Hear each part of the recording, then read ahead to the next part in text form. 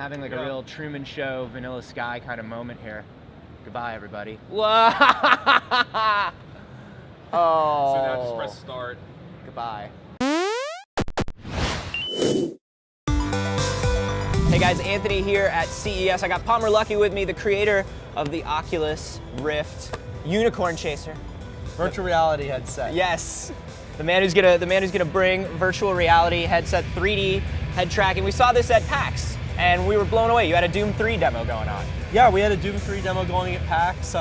We've been showing off our Unity and Unreal demos. We've got our software development kit in a really good place, and it's working with both of those engines really well. Oh, snap. We've been giving out a few releases of our initial version to close partners. And how are developers finding working with the Oculus? So far, they like it. Good. Good. And it's got to be great having Unity hooked up to this thing now, because so many... Oh, Unity's a really great engine, especially for indies. It's a really easy creation tool, and it's accessible to pretty much everyone. So what else has changed, like on the consumer end, as a guy who's going to put this thing on, what's changed from the one that I played at PAX? Other than the fact that the one that I played at PAX, I think, was like wrapped in tape. So what's changed? The biggest change that we've made is that we've developed our own motion tracker, our own sensor chips. Oh, no way!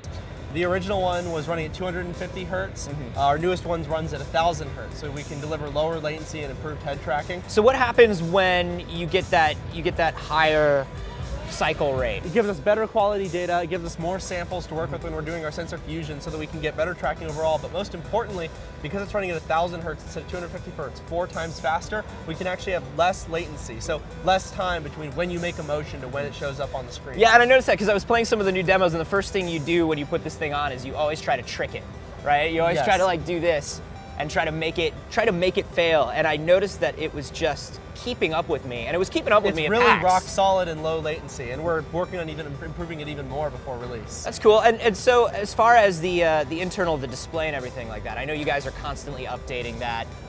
What are going to be the specs of the display as far as resolution? Do we know? So yes, the display is 1280 by 800, split in half, so you're getting 640 by 800 per eye.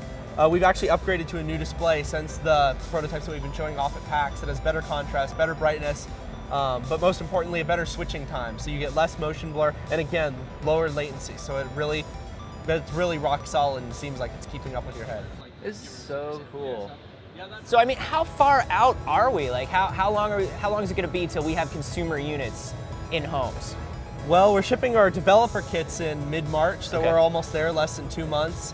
We're going to be putting out our SDK a little bit before that for developers to start working with. And some do publishers have this already? Are there a couple out there in the wild? There's a few out there in the wild. Okay. Yeah, I can't talk about them, but sure. There are a few people who have them.